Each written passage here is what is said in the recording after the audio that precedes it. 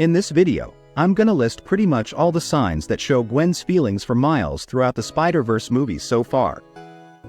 I might miss a few, but these are the most obvious ones. The first sign is the first time they met in class. Miles made a joke that wasn't that funny, and no one laughed. There was an awkward silence, but Gwen was the only one who laughed at his joke, even though she admitted it wasn't funny. Einstein said time is relative, right? Maybe I'm not late. Maybe you guys are early. Sorry, it was just so quiet. This suggests she laughed because she found him cute. Remember, after losing her best friend, Gwen is very reserved and not very social, but she laughed and even tried to make conversation with Miles, which is a big deal. Another sign is that Gwen always sees the best in Miles and really admires him. I think he's gonna get us home. So, what do you think? What I always think. You're amazing. She doesn't just find him impressive because of his abilities. She admires him for who he is, which is heartwarming. Even when Miles doesn't believe in himself, Gwen always believes in him, his abilities, and his potential. It's clear in the movies that she admires him a lot. The way Gwen looks at him is another sign. She looks at him with passion and determination, not like how you'd look at a friend. The way she looks at him says a lot, even though she doesn't say the words. It's really impressive and tells you a lot about her feelings for him. The Spider-Verse movies have so many details that it's hard to list them all, but this is very obvious if you pay attention. Another sign is that Gwen worries a lot about Miles and doesn't want anything bad to happen to him. There are moments in the movie where you can see how much she worries about him. Miles! No! No! Please no! Miles, come on! She only did all those things in the movie, like the lies and stuff, because she wanted to protect him, which unfortunately ended up hurting him. But it's clear that she really cares about him and is worried for his safety. The next sign is that Gwen gets a little jealous when Miles is interacting or flirting with other girls. For example, when he was trying to make conversation with Margot, Gwen got visibly annoyed and wasn't having it. See you around? Let's go! Hey, good luck out there, man. Okay, bye! Miguel sounds angry. He likes those empanadas. This shows that Gwen feels a bit jealous of Miles, and you could argue that Miles shows a little jealousy too when it comes to Spider-Punk, so it's kind of mutual between him and Gwen.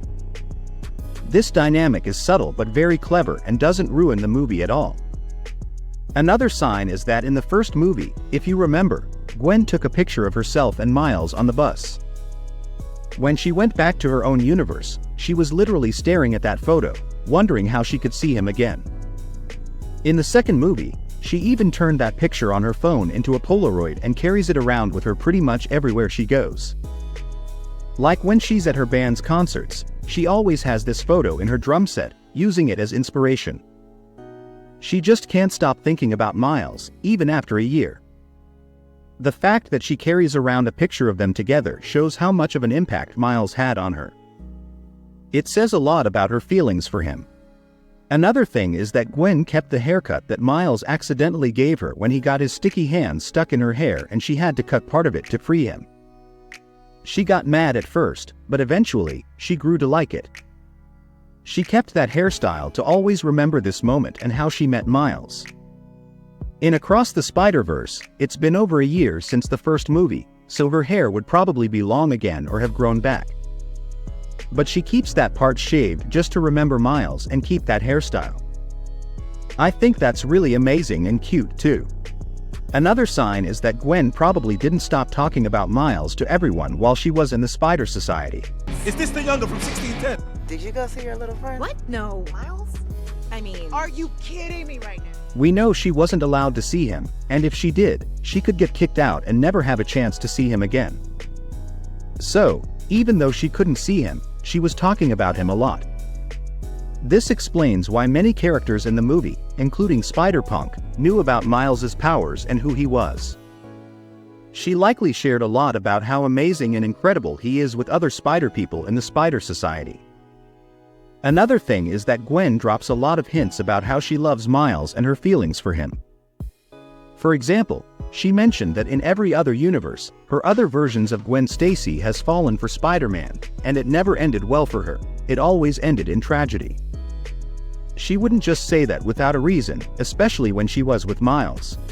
It seems like she was testing to see how he would react. When Miles responded with respect, saying that maybe things could be different for them and that there's a first time for everything, you can see how she reacts in that moment. I believe that Gwen's line about how she always falls for Spider-Man and it doesn't end well will be really important in Beyond the Spider-Verse. Another sign is that as soon as she had a chance to see Miles, she didn't let it slip away. She didn't care about Miguel's orders not to visit him. As soon as she heard there was a mission in Miles's universe, she jumped at the chance to be part of it. It wasn't just because she wanted to do the mission. It was mainly because she wanted to see Miles.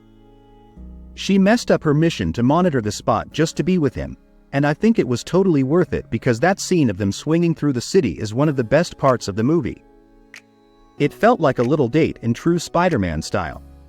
Another thing is that it's not new for Gwen to be a bit awkward, especially since she wasn't very social after losing her best friend. But when she's around Miles, she gets even more awkward and embarrassed. For example, in the first movie, when they were saying goodbye and Miles made that Einstein joke again, she got all flustered and smitten, which was really obvious. In the second movie, when she finally sees Miles again after so long, she hugs him and gets so awkward that she tries to change the subject, saying he grew a lot and cringing herself a bit. It's really amusing to see this side of her. She's very badass, but when it comes to Miles, she's relatable and awkward, which is one of the best things about her character. Another sign is that Gwen feels safe around Miles. For example, when they were upside down on the clock tower, she said it's always good to talk to him. This shows that she feels comfortable and free to express her emotions with him. We don't see her laugh much in the movie, but she does when she's joking around with Miles, which reveals her true self. This is a cool thinking spot. Right? I mean, who needs a treadmill when you have the Williamsburg Bank building? Even though her journey in the movie is pretty heartbreaking, being with Miles helps her forget that a little and makes her feel safe and secure, which I think is really sweet. Another important point is that Gwen knows she broke Miles's heart and hurt him. She's willing to do whatever it takes to make things right and show him that she really cares. All she wanted was to protect him and save him, but things didn't go as she expected, and it ended up making him sad and heartbroken. Everyone makes mistakes, but what matters is recognizing when you're wrong and wanting to fix it. That's exactly what she's trying to do by the end of Across the Spider-Verse, which makes her character really relatable and amazing. And lastly, Miles really inspires Gwen to do the right thing and follow her own path. We can see her growth in the movie. She's completely different from how she was at the beginning when she felt hopeless, sad, and was hiding things to stick to the rules. Miles opened her eyes and showed her that it's possible to fight for what you believe in and to write your own story instead of letting others dictate it. I think that's one of the best things about their relationship. As Miles said, they are the same in the important ways, and he was right. Even though they handle things differently, like Miles wanting to save his dad while Gwen was just waiting her own father to die because of the canon. By the end of the movie, Gwen changes her perspective because of Miles, which makes their relationship really special.